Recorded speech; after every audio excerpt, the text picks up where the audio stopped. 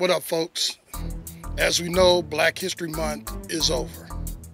It's been over a little over a week. And, there are some who say that, we shouldn't have Black History Month. I don't know why. But, one thing I have to say, almost every Black History Month, I learned something new.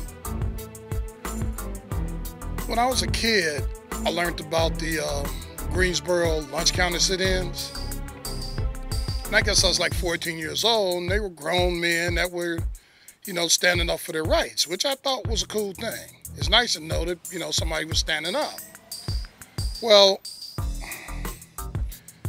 just this past February, during Black History Month, I watched a documentary about the lunch counter sit-ins and found out that these protesters, the 4 initial protesters, were just boys. They were college students, but they were like freshmen, 18, 19 years old. I was shocked. And, my hat's off to those guys. They really kicked off a protest. And we needed that at that time. Well, we always needed it, but they stood up, and I'm glad they did. So, I'm proud of the brothers. And the only thing I have to say about that is one of them, I forgot his last name. I know his name was David.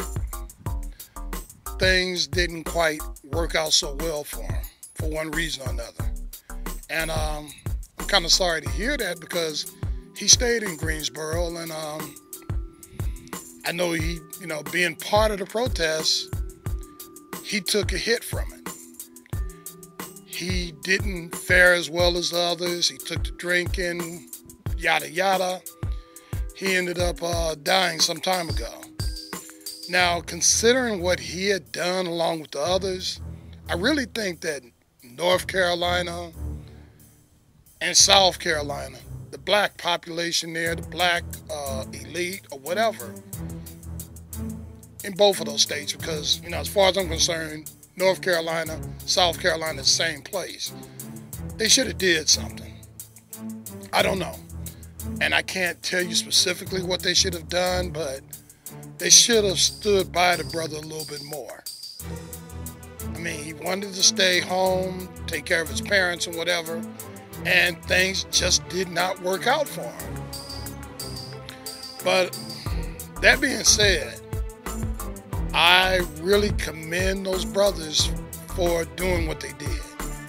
That was in 1960, if I'm not mistaken. It was a few years after Brown versus Board of Education and Rosa Parks doing her thing. It was before the situations that took place in Alabama and Mississippi.